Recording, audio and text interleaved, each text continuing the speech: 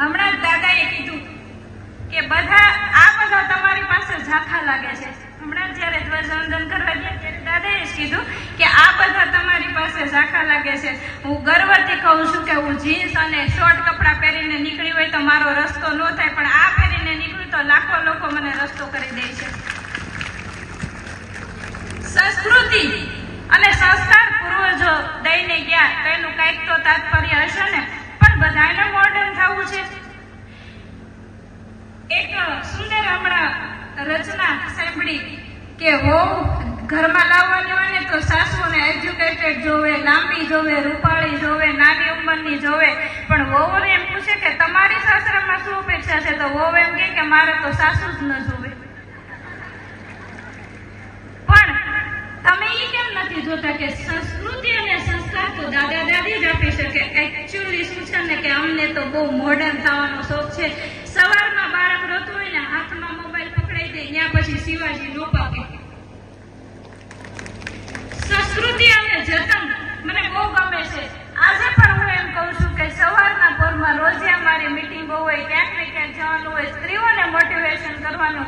હું એમ કહું છું કે તમને બધાની સામે હું પણ એક સામાન્ય સ્ત્રી છું, પણ મારું એક સપનું હતું કે આખી દુનિયા મને એમ કહે છે કે આ લોમાભાઈ ભમરની દીકરી છે, પણ મારે તો એવું કંઈક કરવું છે કે દુનિયા એમ કહે કે આ જાહલબેનના પપ્પા છે, અને એ મેં કરીને બતાવ્યું. તમે બધા સમજી શકો છો કે હું શું કહેવા માંગુ. સ્ત્રી ધારે એ ગમે એ કરી શકે. કોઈકને આપણે વિમાન ઉડાડતા જોઈએ તો એમ થાય કે વાહ શું કેવું સરસ ગમે છે. હમણાં ઈશિતાબેન ગયા, સરસ મજાની સફેદ ગાડી આવીને ઉભી રહી, ડ્રાઈવર દરવાજો ખોલે તો આ બધું આપણને આકર્ષે છે, પણ આપણે રોટલા ઘડવા સિવાય કઈ કરવું નથી, બીજાને જોઈને હરખ લેવો છે. બહુ સાચું. મેં પહેલા જ કીધું કે મીઠાઈ પીરસવું એ મારું કામ જ નથી, હું તો કડવું જ બોલીશ. આપણા મા બાપ શું કરે કે અમારે તમારી દીકરીઓને ભણાવી, જીપીએસસી ક્લાસ 1 અધિકારી બનાવી, તમને ભણાવવા માટે ગાંધીનગર મોકલે, અહીંયા બિચારા ખેત મજૂરી કરે, ઉઘાડા પગે, ફાટેલા કપડે વાડીમાં કામ કરતા હોય ને તમે ગાંધીનગરમાં જઈને કોકની ફોરવ્હીલમાં આટા મારો, તમને પાપ લાગશે. આ વસ્તુ જરા પણ અસહનીય છે, આ થવું જ ના જોઈએ. મા બાપના પેટનું પાણી પણ ના હાલે એવી દીકરીઓ બનો. હમણાં બેન ગયા, આપણે પણ મધમાખી બનાવજો. તમારી દીકરીને પતંગિયોની પણ મધમાખી બનાવજો. જરૂર પડે ત્યારે ઉડી પણ શકે અને તકલીફ આવે ત્યારે ડંક પણ મારી શકે. અને અહીંયા પીડીલાઇટ સંસ્થાના દરેક અધિકારીઓ સાહેબ અને સંગીતાબેન બધાને કહું છું કે મારે લાયક ક્યારે કાંઈ પણ કામ પડે તો મને કોઈ પણ બેન ગમે ત્યારે યાદ કરજો. હું તમારા માટે ઊભી રહીશ 24 કલાક. મારાથી બનતા જે કાંઈ પણ પ્રયત્ન હશે કરીશ. હું પણ તમારા જેમ એક સામાન્ય સ્ત્રી જ છું.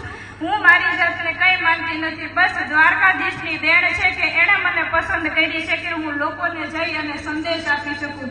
અને દીકરીઓને હજી પણ ખાસ કહેવાનું કે તમારા મમ્મી પપ્પાને છેતરીને કંઈ બનવાનો ક્યારે પણ વિચાર કરતા નહીં, કારણ કે જે પોતાના મા બાપને છેતરે ને દુનિયામાં ક્યારે કંઈ બની જ ના શકે.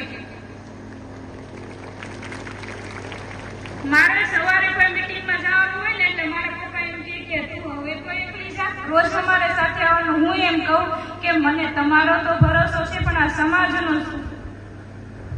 કાલે મારા ઉપર આંગળી નહીં ચીંધાય. હું કોને કહેવા જઈશ? જે સ્ત્રીએ દુનિયાનું સર્જન કર્યું છે, જે સ્ત્રી થકી આખી દુનિયાની ઉત્પત્તિ થઈ છે, એ જ સ્ત્રીને ચારિત્રના પ્રમાણપત્ર પકડનારા તમે કોણ છો? સ્ત્રીને જે ચારિત્રના પ્રમાણપત્ર પકડાવે છે અને એટલું કેવું છે કે તમે એકવાર એ નારી તત્વની, એ પ્રસૂતિની પીડાનો અનુભવ તો કરી જુઓ, એ નારીની વેદનાને તો જાણી જુઓ. ક્યારે તકલીફમાં છાને ખૂણે રોઈ લેશે, કોઈને ખબર પણ નહીં પડે અને છતાં પણ ઊભીને ઊભી થશે ને આખો દિવસ ઘર પરિવાર સંભાળશે. કંઈ પણ કરવા નીકળો એટલે પહેલું પગલું એ જ હોય કે તમારા ચારિત્ર ઉપર વાર થાય કે આને કોણ કહેવા વાળું છે, આને કોણ રોકવાળું.